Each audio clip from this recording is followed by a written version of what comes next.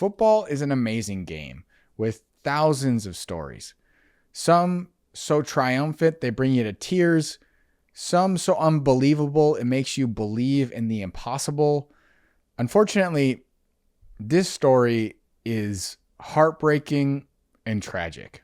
A story about a man who should have had way more time on this earth than he did. Eddie Hamel was born in New York City in 1902.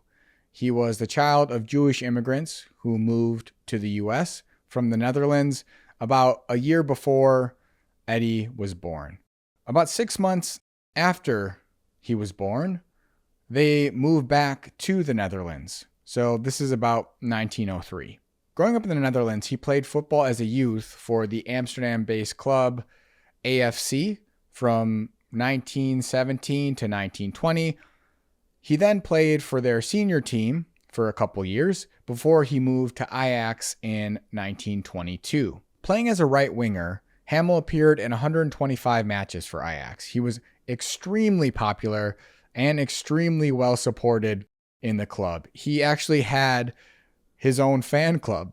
That's how big of a deal he was. He was the first Jewish and first American player to play on the first team for Ajax, and he played there until 1930. This is where the story gets very heartbreaking and horrible.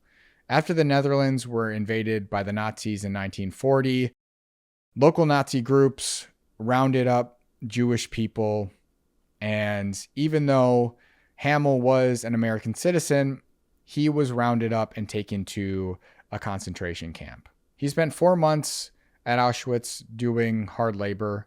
During a Nazi inspection of the camp, he was found to have a swollen mouth abscess and was sent to the gas chambers.